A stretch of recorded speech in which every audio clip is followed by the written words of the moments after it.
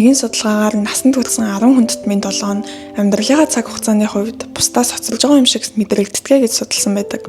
Хайр дурлалын амьдралын хувьд хоцрож байгаа юм шиг, санхүүгийн хувьд, карьерийн хувьд хоцрож байгаа юм шиг, эсвэл амьдралдаа энэ насандаа аль хэдийн хүрсэн байх ёстой гэж төсөөлсөн тэр төвшнөөсөө хоцроод байгаа юм шиг санагдана. Тэр үсэ хинэн ч хинийхээ дээр нь яваад байгаа биш. Бид нар бие бинийгээ хараад гэр бүлтэй хүмүүс, ганц бие хүмүүсийн эрх чөлөөнд натаарх нь, ганц бие хүмүүс гэр бүлтэй хүмүүсийн хамтын амьдралд натаарх нь, бизнес хийж байгаа хүмүүс, доктортой орлоготой хүмүүсийн баталгаатай амьдралд натаарх нь, баталгаатай амьдралтай доктортой орлоготой хүмүүс, бизнес эрхэлж байгаа хүмүүсийн эрх чөлөө боломжинд натаарх нь гэдэг. Тэгээ хинч яг төрүүлж явж байгаа юм шиг мэдрэхгүй, бие биенийхээ доор яваад байгаа юм шиг. Тэгээд энэ харьцуулах, амьдралынхаа цаг хугацааны хувьд хоцолж байгаа юм шиг мэдрэх. Энэ мэдрэмжүүд цаашлаад өөртөө итгэлгүй болох, амьдралдаа сэтгэл хангалуун биш байх, сэтгэл зүйн эрүүл мэнд, бүр цаашлах юм бол perfectionism буюу бүх юмыг төгс ойлгох гэж үзэх нарциссист зан үзлүүд гаргах бас нэг шалтгаан болдог гэдг нь судлагдсан байдаг. Тэгээ яг сүүлийн үед юу ажиглагдаад байгаа вэ гэх юм бол одоо мөнгөний буруу зарцуулалт, бусад хүмүүсийн амьдралын хэм маягтай хөл нийлүүлэхийн тулд мөнгөний их хэмжээгээр зарцуулах. Одоо жишээ нь ингээд нэг годмонд байсан хүлшүүдийн нэг хүлшийг нь суглаанд мөнгө очсон гэж итгүүлээд тэр хүлш нь одоо машин ч юм уу үнэтэй худалдаа авалт хийгээд эхлэнгүүт бусад хажууд нь байгаа хүлшүүд нь ерөөсөө тийм их мөнгөгүй ээжиж адилхан худалдаа авалт хийдэг гэдг нь батлагдсан. Тэгэхээр ерөөсөө энэ мэдрэмжүүд хүн болгонд байдаг энгийн мэдрэмжүүд боловч бид нар маш зөв хандлагатайгаар авч явахгүй бол энэ нь сэтгэл зүй, бусдад харилцах харилцаа, эрүүл мэнд, тэгээд санхүү төртөл аюултай болоод эхлэх нэ. Миний хувьд тэгээд энэ мэдрэмжийг нэлээд гүнзгий мэдэрсэн, жинхэнэ ингээд хол уршгийг нь мэдсэн үе яг өнгөрсөн өвөл байгаа байхгүй юу? Тэр үед ингээд нэлээд сонирн болсон. Яг жинхэнэ шалтгаан нь өөр юм байсан ч гэсэн одоо яг юм бусдад харьцуулах эсвэл өөрийнхөө хүрсэн стандартад хүрэхгүй болохоор буцаагаад өөрийгөө дарамтлаж байгаа байхгүй юу? Чи ингээд ийм хийсэн байх хэрэгтэй хийгээгүй штэ. Ийм юмд хүрсэн байх хэрэгтэй хахад хүрээгүй штэ гэдэг тийм юмнууд нэлээд бүр юм гүнзгийрүүлсэн юм шиг санагдаад байдгийн. Тэгээ хитэн сар айгүй сонирн болоод тэгээд одоо ерөөсөө нэг юм шүн мөн гараа гүйчдэг. Хитэн цаг бол жоохон ч хамаагүй. Тэгээ ингээ гарч гүйж мүгээ төлсөө гаргаа. Тэгээ ингээ арай гайгүй болоод орж ирээд ерөөсөө нэг зөв юм биш байгаа даахгүй. Тэр чинь ерөөсөө гэрүүл биш байгаа даахгүй юу? Тодорхой хэмжээнд. Тэгээд тийм хэцүү цаг үеийг туулсан. Тэгээд тэндээс ер нь юу сурсан, юу болсон, яаж мэдэрсэн. Тэгээд нэмээд миний уншиж судалдаг зүйлстэй нийлүүлээд ярих гэж шийдлээ. За тэгээд хамгийн нэгдүгürt ингэж мэдрэх нь бол ерөөсөө айгүй энгийн дэлхийд даяараа л болдог үзэгдэл. Тэгээ нэг судалгаагаар 130 улс орны мэдээллийг хамарсан судалгаа хийсэн.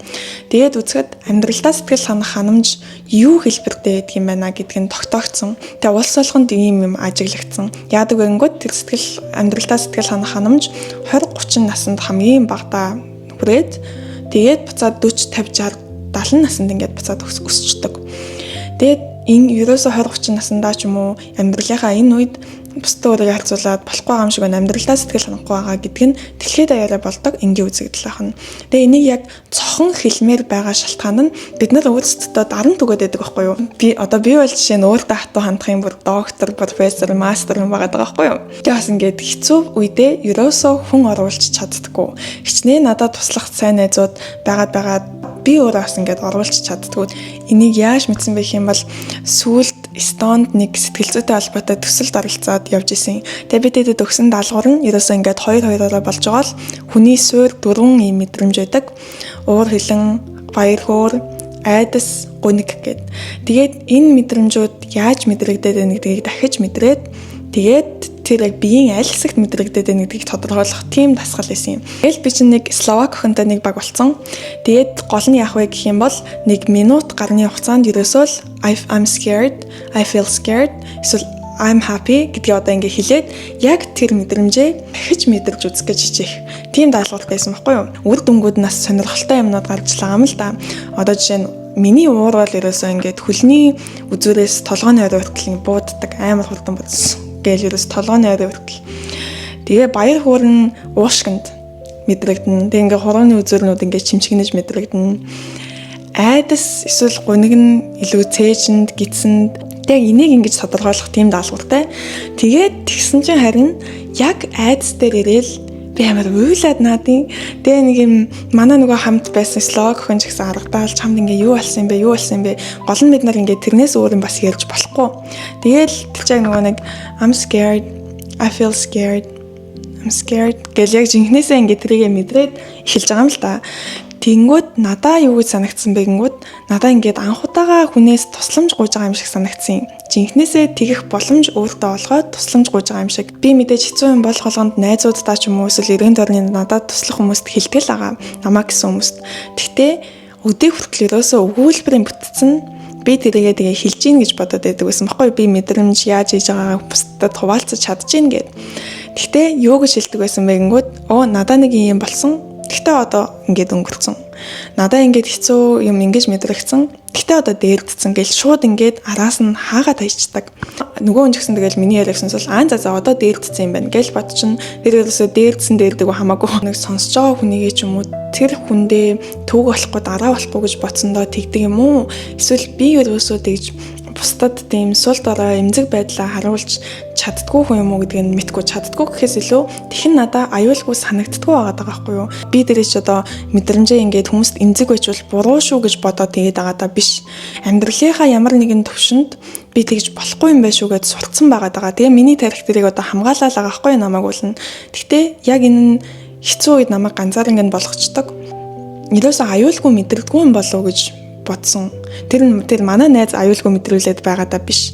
Би хүмүүс тийм талаа үзүүлэхтэй. Тэгээ дандаа л нэг ингээд хэцүү юмыг өөрөө даван туулах хэвээр би ингээд өөрөө болох хэвээр гэж боддог. Тэр нь яг үнэхээр надад тустай байна уу үгүй байна уу гэвэл үгүй. Тэгэнгүүт яг энэ нь саяын тэр дасгал дээр амар гарч ирж байгаа байхгүй юу. Тэгээд яасан гингүүд надад бүр ингээд жинхнээсээ л анх удаа юм тусламж гуйгаад тэрийг би өөрөө зөвшөөрж байгаа юм шиг санагдсан юм. Түлийн зөвшөөрөхөөс ч аргагүй. Яагаад гэх юм бол өөрөө хэлж болохгүй юм чинь. Би бүр араас нь тэгтээ тэр цаг хугацаа чи өнгөрцөн. Одоо ингээд зүгээрээ гэж хэлхийг амар их хүссэн.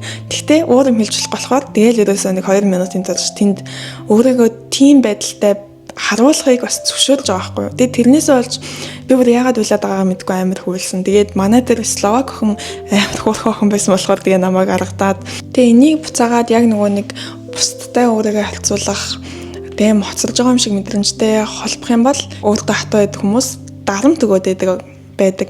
Одоо ийм юм тулцсан нэг өсөндөө энэ ч одоо сайн зүйл нэг талаараа өөрийнхөө стандарттай гэсэн үг. Ямар хүн яах вэ их вэ гэдгээ мэдчихээн гэсэн үг. Гэхдээ буцаагаад ингээд нөгөө нэг техник гэсэн чинь хаана вэ? Тийм ингээд өөрөөсөө шаардаад ийм хүмжин тулцсан гэдэг чинь хаана вэ? Хүмүүс ингээд хачи яхаараа ингэж болдгоо ингэдгээ буцаад ийм муухай дарамт шахалт хэлбэрээр өгөөд ирэх юм бол энэ ч ерөөсөө эрүүл биш болчихно. Тэгээ яг тэр өвөл одоо би бас л яг энэ замаар ингээд явсан байгаа байхгүй юу? Тэр өвөл яг ингээд хэцүү байхдаа тэгээ хүмүүс оруулахаа болчихж байгаамаа. Тэнгүүд ганцаараа болчихно. Тэгээс нэг их ингээд ярих хөнгөө болоод ирэнгүүд тэгээ тухайн үед надад ChatGPT-лээс нэг удаа ингээд ChatGPT-д бүх юмаа хэлж байгаа байхгүй юу? Би бол одоо ChatGPT-гээс зөвлөгөө авахыг хүнд ч зөвлөхгүй. ChatGPT чинь сэтгэл зүйч биш. Тэр зөвлөгөө өгнө гэж байхгүй. Гэхдээ яг хуу тухайн үед ингээд надад байсан л ChatGPT. Тэгээ би ингээд болсон бүх юмнуудаа бичээл ингэж тэгж би яг ингэж санагдчихээн гिचээд араас нэг сандын. Maybe that's for the best.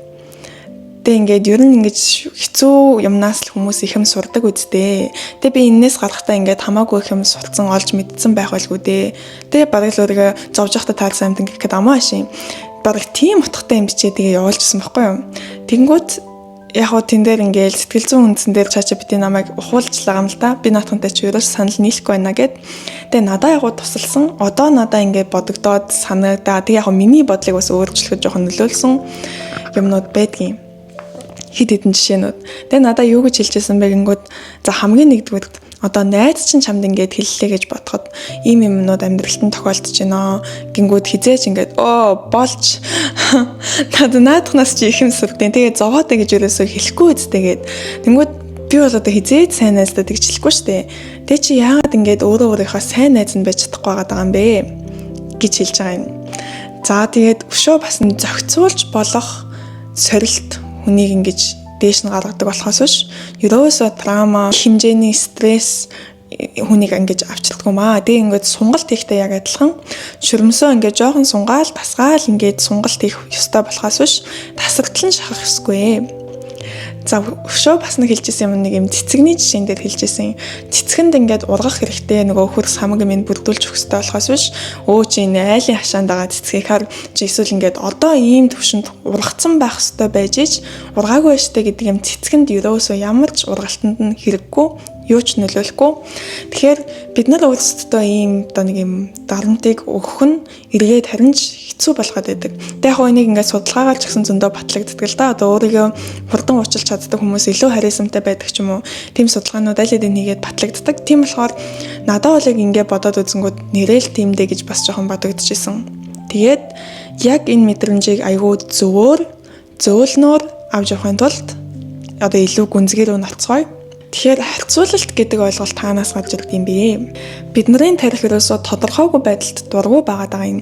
Тэнгүүд бид нар одоо хийм хаана ямар төвшөнд яваад байгаа юм? Ирээдүйд аль төвшөнд очих юм? Хин шиг төвшөнд очих юм? Тэнгүүд энэ ерөөсөө харьцуулалт тодорхой хэмжээний төр зүрийн хариулт өгдөг. Энэ дандаа харьцуулалтын үр дүн дээр гарч ирдэг ойлголтууд байгаа. Тэгэхээр бид нар юу гэсэн үг гэвэл чулуун зэвсгийн үеэсээ харьцуулалт хийхээр заягдсан тарихтай баггүй юу?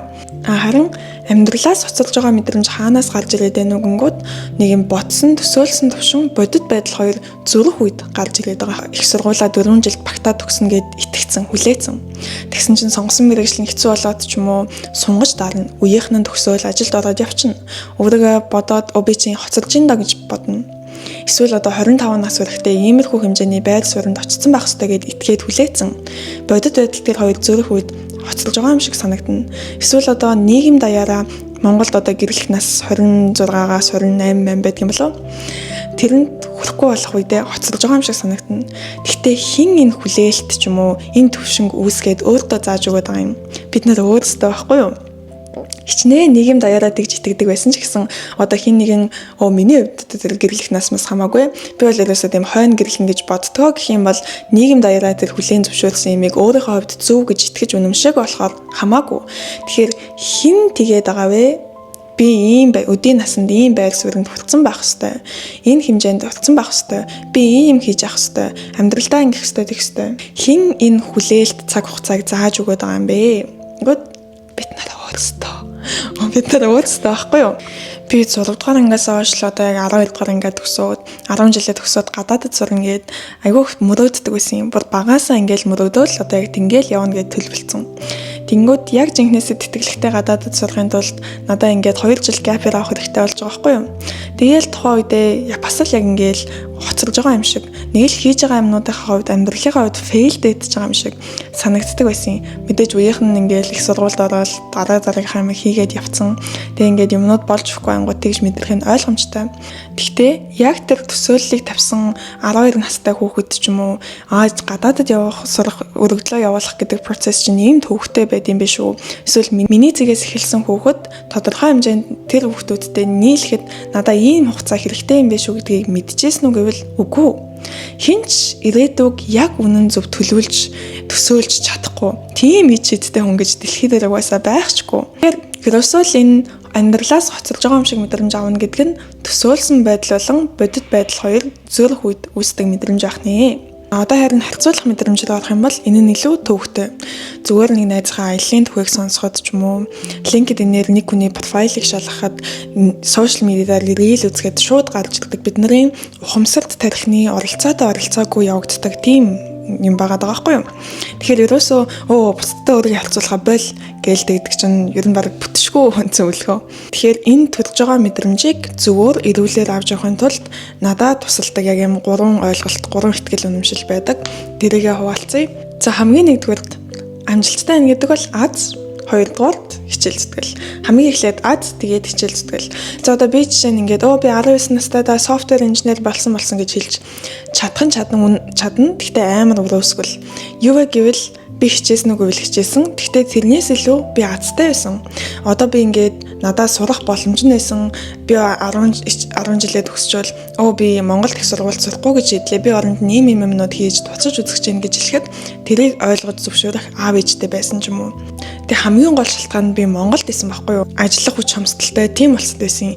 Яг надтай адилхан мэдлэг туршлагатай хүн Германд ч юм уу, Францд байсан бол тийм боломж олдно гэж угаасаа байхчгүй. Миний авах айгүй дуртай жишээ нь бол Майкл Дейл гэдэг Dell компани үүсгэн байгуулагч хүн байдаг. Миний амар их хүндэлж бахархаж явдаг хүн. Тэгэхээр тэр хүн одоо 12 наснда л Byte magazine одоо microprocessor, microcomputer-уудын юм донтоод 14 наснда өөрийнхөө Apple 2-ыг өөрийнхөө цуглуулсан мөнгөөр худалдаж аваад тэгээд тэндээсээ тэр гудамжинд байдаг хүүхдүүдтэй Apple 2-ыг яаж хэрэглэхийг зааж өгдөг болоод 15 наснда Steve Jobs Austin хотод хэрэглэгчтэй уулзгаад ирэхэд нь уулзаад Steve Jobs-тай уулзаад за тэгээд 20 наснда өөрийнхөө компанийг байгуулад 22 наснда Dell Corporation хамгийн ихний гадаад тасалбараа Англид нээсэн байдаг. Гэхдээ энэ ч юм бол ерөөсөө 1977-оос 87 оны хооронд болсон үйл явдал. Яг энэ хүнийг Монголд төрсөн байна гэд бодоод үзье. Тэр үед чинь Монгол улс зөвлөлтийн нөлөөгөөр байгуулсан нэг намын тогтолцоотой социалист улс байсан.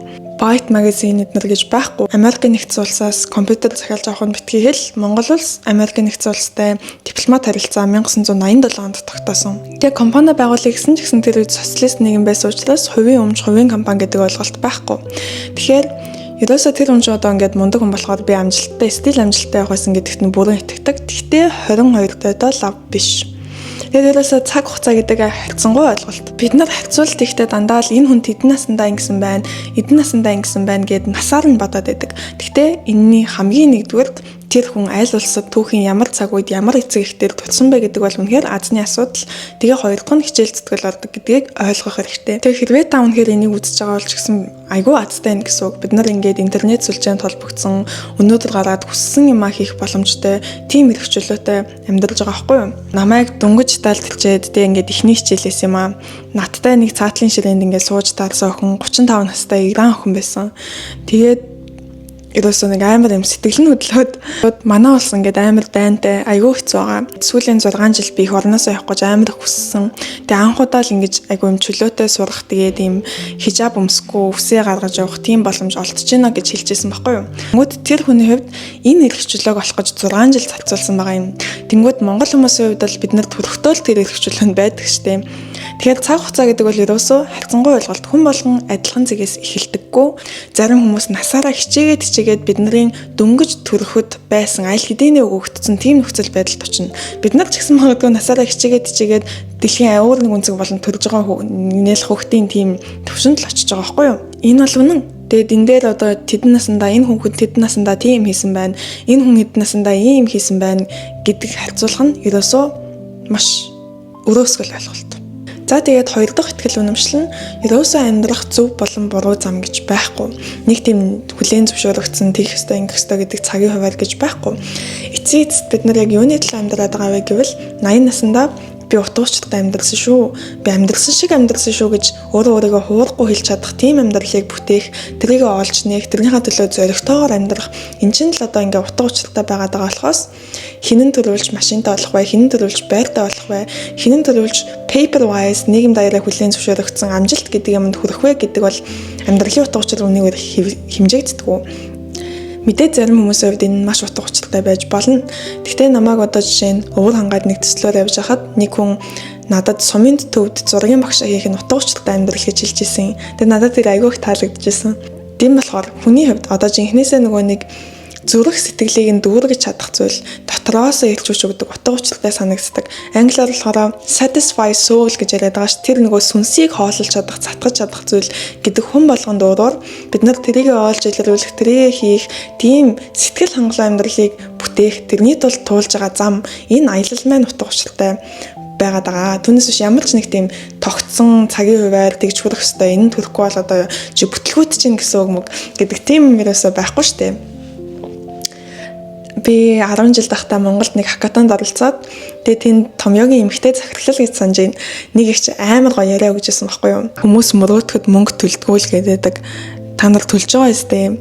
Мөрөөдөлтэй хахаар амар их төлж байгаа үстэй гэж яриагаа эхэлжсэн байхгүй юу? Тэгээд тэр их чинь яг сэдв нь юу байсан бэ гингүүд хүний амьдралын зорилго нь их сурвал өндөр цалинтай ажил хоёроос өөр том зүйл байх ёстой гэдэг тухай би тэдэд ярьсан юм. Тэр их ч одоо яг л Монголын аягүй олон хүмүүсийн миний ч гэсэн тухайн үед байсны адилаар ингээд том амьдралын мөрөөдөл нь гадаадд сурчээ за тэгээ өндөр цалинтай ажилтай болчихъя. Тэг ингээд сайхан амьдрнаа гэдэг тийм зорилготой байсан байгаа юм. Тэгээд айгүй хичээдэг байсан үстэ өдөр шөнөгүй хичээсээр агаад Японд момшогийн тэтгэлгээр сурсан. Тэнд очсныхаа дараа ч гэсэн ерөөсөө санхүүгээр сурч исэн Нью-Йоркийн Wall Street-д ажиллана гэж амбицлцдаг. Тэгээд McKinsey-д орсон. Тэг ингээд сонсчихсан л ах. McKinsey консалтинг группт оронгууд ерөөсөө жилийн 365 өдөр амралтын өдөр шинэ жил ямар ч хамаа ахгүй өдөрт 20 цаг ажилладаг. Тим амьдрал хүлээж идгээ гэд. Тэг яг л тэгдэг. Тэгээд дээр их ингээд 12 цаг гэж гэртээ ирэнгүүтээ чиний 12 зүгэлж байгаа ч тийм надад ч ястаа дахиад зөндөө цаг байгаа юм шиг өнөөдөр бүр ямар их ингээд гэртээ ирвэ гэж боддог байсан гэд. За тэгээд тийм амьдралаар амьдрсан мэдээж одоо ингээд статусын хувьд ч юм уу сүүлдээ бүр ингээд Японы засгийн газар том компаниудад Япон яг дэлхийд ямар улс байх юм бэ гэдэг дээр нөгөө консалтинг компани болохоор зөвлөгөө өгдөг. Тийм төслүүд дээр хүртэл ажиллаж исэн. Гэхдээ ерөөсөө ингээд дотроосоо нийгэм дутагтаад байсан гэдэг их хэлдэм. Эрүүл мэндийн юм уу боловсролын салбарт ажиллая гэж боддог байсан. Тэгээд Японд байсан карьераа эргэлт хийгээд эхнээсээ нөгөө туршиж үзье гэж бодож исэн юмнуудаа туршиж үзээд Африк руу эрүүл мэндийн төслөөр яваад олон юм хийж үзэж явсаар хагаад ерөөсөө боловсролын салбарт ингээд ирэх юм байна гэдгийг ойлгоод одоо ингээд Монголд хийж байгаа юмнууд нь аюул утга учиртай санагддаг.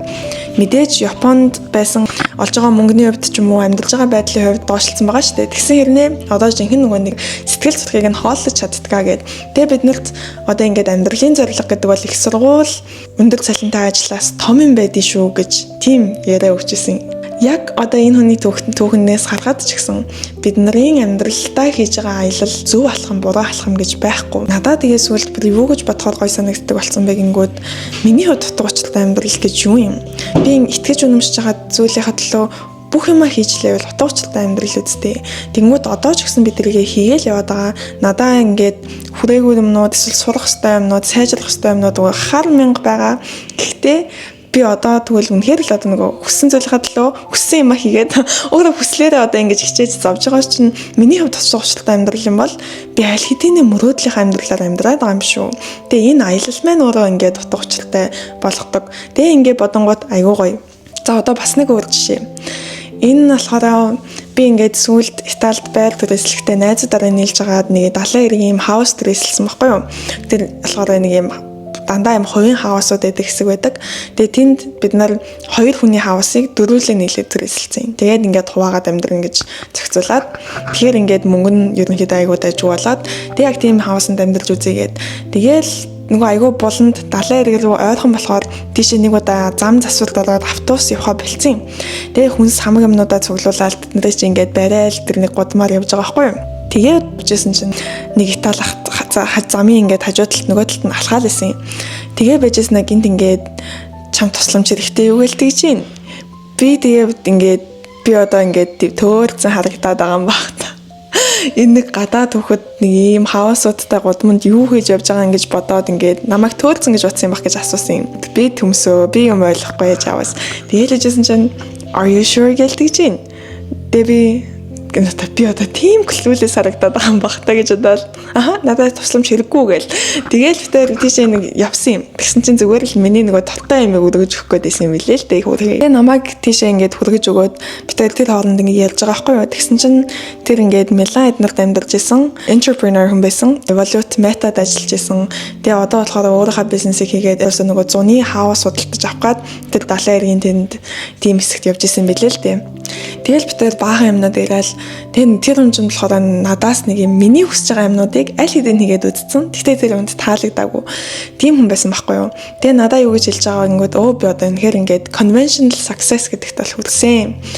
Метад ажилладаг байсан, Revolut-д ажилладаг байсан, өөрийнхөө амийг ингэж хийж үзсэн. Тэгээ яг үнэхээр нөгөө нэг нийгмийн шатаар өсөөл явсан байгаа юм.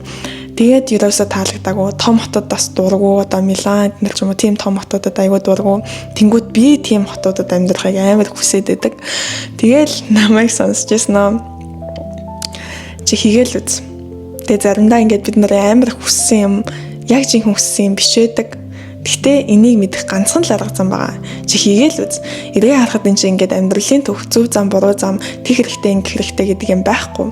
Чамд ингээд одоо хийж үзмээр санагдаж байгаа. Тэндээс ямар нэг юм дуудаад байгаа. Одоо нөхөр би тийм том хотод дуртай юм бол те. Тэндээс дуудаад байгаа юм бол одоо нөгөө өсөрч чадах хамгийн өндөрөөр өсөр гэдэг шиг жинхнээсээ хийж үз. Тэгээл тэгжээж л ингээд ойлгоно. Тэстэй энэ чинь ерөөсөө хүн болгоны хувьд өөрмөц өөрөн гэсэн амьдралын төв бүтээгээд байгаа гэж тэр хүн надад амар их хэлж исэн юм. Гэтэ одоо ингээд яг энэ ойлголтыг илүү практикээр буулгаад яг хүмүүс юу гэж боддог вэ, яадаг вэ гэдгийг жишээ татах юм бол одоо Jay Shetty гээд Английн нэг коуч юм байдаг. Тэгээ энэ хүний яаж боддог надад айгу таалагдсан. Тэнгүүд энэ хүн амьдралынхаа ямар season-д явж байна, ямар үе дээр явж байна гэдгийг боддог гэж байгаа байхгүй юу? Амьдралаа ахин босгодог үе дээр явж гин үү? Суралцаад чимээгүй хамаг юм хийдэг үе дээр явж гин үү? Эсвэл бүх хүчээ дайчлаад гаргаж ирээд хийсэн ажлынхаа үйл шимийг хүртдэг, үзүүлээд өгөө гэдэг үе дээр явж гин үү? Эсвэл яг дотроосоо хийгээд өөрчлөлтийн үе дээр явж гин үү гэд. Тэг ингээд үе болгон айгүй өөр. Тэгээд тэр Jay Shetty гэдэг хүн чинь бүр 3 жил лам байсан хүн байгаа байхгүй юу? Агууд Англид сурч нэг айгүй мундаг төгсчөөд лам болсон. Тэгэл яг дотных нь хүмүүс ч юм уу, найз нөхөд ч юм уу хүмүүсийн нүдэн тэр юм чинь 3 жил ингээд зогсолт хийсэн баг харагдаад байгаа шүү дээ. Гэхдээ тэр үедээ одоо нөгөө эдгэржсэн үе гэж өөрийгөө хэлдэг юм. Хамгийн их дотоод ажил хийжсэн. Би юу хийх вэ, ямар хүн болох вэ гэдэг өөрийгөө хамгийн сайн ойлгосон, яг хэрэгтэй байсан тийм үе байсан гэд. Тэнгүүд мэдээж үе болгон яаж харагдана гэдг нь өөр. Тэгээд тэр хүн юу гэж асуудаг вэ гингүүд цаана ямар санаа яваад байгаа вэ гэх юм бол өөрийнхөө одоо чимээгүй суралцдаг үеийг бусад хүмүүсийн жинхэнэ юмаа үзүүлдэг үедээ харьцуулахгүй шүүл гэдэг санаа яваад байгаа юм. Тэгэд юу гэж тэр хүн одоо асуудаг вэ гингүүд би яг ямар үе дээр явж байна? Энэ үе намайг юунд бэлтэж өгч байна? Би юуны үрийг одоо тарьж байгаа вэ? Тэгээ энэ season хаана ямар цаг хугацаанд яаж болоод байгаа вэ? Ингээд амьдралаа ингэж хувааж бодох юм бол хамаагүй үр дүнтэй байдгаа гэж энэ болохоор энэ хүний гаргасан юм арга байдаг. Тэгээ надад ч гэсэн ингэж бодох нь айгүй таалагддаг. Эцэст нь 3 дугаарт амьдрал үргэлж тодорхойгүй байна. Энийг бүр ингээд хүлээн зөвшөөрч мөр санагдсан. Одоо ингээд миний бодлоор залуу хүмүүс яагаад хамгийн их ингэж өөрийгөө харьцуулах эсвэл амьдралд гоцолж байгаа юм шиг санагддаг вэ гэж би бодож байгаа вэ гингүүд тодорхойгүй байдлаас болдог юм шиг санагдаад байдгийн. Өөрийнхөө хэн болохыг арай хараахан олж амжаагүй байгаа. Бид нар амьдралынхаа туршид юу хийх, яах хийх гэдэг нь тодорхойгүй байгаад байгаа. Гэхдээ эн чинь бол ерөөсөө л болдог үзэгдэл байгаа байхгүй юу? 18 наснда ч юм уу 24 наснда энийг олдог юм уулна биш байгаа. Энийг болохоор сэтгэл судлаач Jordan Peterson яг нэг юм найзынхаа түүхтээр тайлбарлсан байдгийн. Одоо ингээд найз нь computer science-аар бас бакалавра төгсөөд, магистраа төгсөөд, доктороо сурж ирсэнаа орхиод, тэгээд салбартаа ч гэсэн нэлээд мундаг болоод нэг салбарт мэрэгшин гэдэг чинь бас нэлээд олон жилийн ажил байгаа байхгүй. Доорож 10 жил гэж бас арай өөр хүн бол 10 жил гэж хэлсэн. Энэ хүн биш. Тэгээд тэр ийм их хугацааш зарцуулагддаг. Тэгээд эннийхээ дараа ажиллаж байгаа за би чигээр нь дандаа л урлагийн салбарт дуртай, зураг зурах дуртай хүн байсан. Одоо би ерөөсөө энэндээ цаг гаргаягээд Флоренцийн урлагийн сургуульд сурсан байгаа юм. За тэгээ ингээд шинээр эхлээл хамаг юмнуудаа тгээс эхлээл сурж явах явцдаа ойлгосон юм нөгөө за би ерөөсөө зургийг бол нэг сайн зурж чадахгүй юм байна гэж ойлгосон гэд. Гэхдээ тэр ингээд салбарын зах зээлийг нь илүү сайн мэдээд эхлэх тусмаа би энэ зах зээл дээр одоо нөгөө зураачдын өөрсдийнхөө уран зургийг оруулдаг тэгэнгүүт нөгөө талаасаа хүмүүс худалдаж авдаг тийм платформ бол хийж чадна ш. Тэгээд тэр үе чинь Jordan Peterson ч одоо хэдэн настай хүн билээ найз нь гингүүд тухайд одоо вебсайтаас дөнгөж гарч ирсэн л үеийн хүн байгаа л ахaltaа. Тэгээд ерөнхийдөө өөрийнхөө хийх юм ингээд олоо явж исэн энэ жишээнээс тайлбарлаад одоо яг тэр замаа харах ерөнхийдөө нэг ингээд хийх юм ойлгох, хэн болох вэ, юу болох вэ гэдг нь бат болох үе бол 30 насны дунд үеэс 40 насны ихэнх үе гэж байгаа. За тэгээд санхүүгийн доктортой байдал бол 30 насны сүүл үеэс 40 насны дунд үе. Тэгээ нөгөө талаасаа би юу гэж боддог вэ гингүүд одоо энэ үе дээрээ бид нар хэн болох вэ гэдгээ шийдэж байгаа. Амьдрал нь урдаа байгаа. Юу болох вэ хиймээр байгаа, яамаар байгаа гэдгээ жинхнээсээ хийгээд явж байгаа. Энэ үедээ одоо ингээд тэххгүйгээд яах вэ? Миний амьдралаа жинхнээсээ бүтээж байгаа хамгийн юм сэтгэл хөдлөм жинхнээсээ босгож байгаа адал явдалтай юм гал халуун үе дээр явж байгаа байхгүй юу? Энэ үед ч одоо тэгж мэдрэхгүй гэд хаачхав дээ. Хэдийгээр ийм аюу олон тодорхойгүй юмнууд байгаа ч гэсэн яг өөрийгөө илүү ингээд тайван байлгаад сэтгэл санааны хувьд ингээд тайван байхад тусалдаг юмнууд ерөөсөө л өдөр тутмын дадлууд би ингээд 24 цаг өгөгдсөн. Тэрнийхээ тул тэрнийг ингээд зөв юмд зарцуулаад зөв юмд хөрөнгө оруулалт хийсэн бол надад ирээдүйн хэтэрхий ингээд тодорхойгүй байх нь хамаагүй ерөнхийдөө ингээд үр дүн нь гарна гэдэгт итгээд ингээд явдаг. Тэр нь нас ингээд хамаагүй амар санагддаг. Спортын коуч нар score can take care of themselves гэж ярьдаг. Оноо бол өөрийгөө зохицуулчихна гэд. Тэгээ энэ мэргэжлийн спортын дасгалжуулагч хүмүүс чинь аюу их юм оролцдог юм байлээ шүү дээ. Зөвхөн тактик одоо сэтгэл санаа хамаг юмнаас нь илүүтэйгээр бараг л ямар одоо булчингийн тос ашиглавал манай тамирчид илүү сайн үзүүлэлттэй байх юм. Яавал арайсаа унтаж амрахын, бараг ямар спортын хувцас, ямар спортын төхөөрөмж хэрэглүүл болохын гэдэг бүх тийм нарийн имийг нь ерөөсөө л хамгийн сайн тоглолтыг үзүүлэхийн тулд, хамгийн сайн имийг гаргаж ирэхийн тулд бүгдийг судалдаг байгаа байхгүй юу. Тэр хүмүүс юу гэж хэлдэг вэ гэнгүүт өдөр оноо моноо бол яах вэ те. Тэр ингээ өөр өөрсдөө болгох чинь гээд. Цаанаа юу гэсэн үг вэ гэх юм бол бид нар өнөөдөр тодорхой хэмжээний хөрөнгө оруулалтыг хийгээд хахад үр дүн бол угаасаа дагаад гарч ирдэг зүйл. Тэгэхээр ерөөсөө л би өнөөдөр өөрийнхөө өгөх ёстой хөрөнгө оруулалтыг хийсэн, инпутыг өгсөн бол үр дүн нь ингээд гарна гэж боддог. За ингээд өнөөдрийн бичлэгээ энэ түрээд дуусгаж байна. Дараагийн бичлэгээр уулзлаа. Түр баяртай.